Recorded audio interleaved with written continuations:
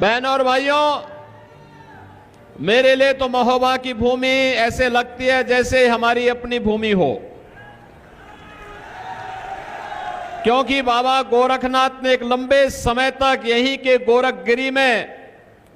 तपस्या की थी और आला उदल को अमरता का वरदान इसी धरती पर प्राप्त हुआ था। और इसीलिए भारतीय जनता पार्टी की हमारी सरकार गोरखगिरी के पर्यटन विकास की संभावना को एक नई ऊंचाई तक पहुंचाने का काम कर रही है। बहनों और भाइयों, जब भी मैं बुंदेलखंड आता हूं, मेरे मन में लगता है कि वास्तव में बुंदेलखंड के साथ पिछली सरकारों ने कितना बड़ा अन्याय किया, कितना प्राकृतिक संसाधनों से भरपूर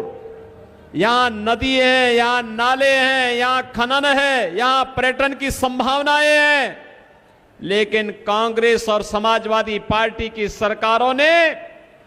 यहां पर माफिया तो पैदा किए थे, कोई खनन माफिया, कोई भू माफिया, कोई जंगल माफिया, कोई जंगल के डकैत, लेकिन यहां की जनता के साथ यहां के विकास को अवरुद्ध करके यहां की जनता का उन्होंने शोषण किया है। उनके विकास के लिए कोई कार्य योजना नहीं बना पाए। और बहनों और भाइयों, महोबा के बारे में तो कहना ही क्या है। महोबा के बारे में कहा जाता है, महोबा वाले बड़े लड़ैया, इनकी मार सही न जाए। और बहनों और भाइयों, मैं नहीं समझ पाया कि आखिर आपने यहां पर पाप करने वाले, यहां के संसाधनों पर लूट मचाने वाले,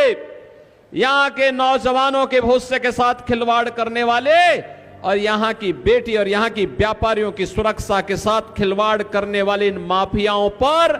अपनी वोट की मार क्यों नहीं दी, यही तो मैं कहने के लिए आज आपके पास फिर से आया हूं। यद्यपि 2014 में आपने निर्णय लिया, मोदी जी को अपना समर्थन दिया, भारतीय जनता पार्टी की केंद्र में सरकार बनी और देश के अंदर परिवर्तन होता हुआ दिखाई दिया। आपके आशीर्वाद से मोदी जी के नेतृत्व में 2017 में भारतीय जनता पार्टी की सरकार प्रदेश में बनी।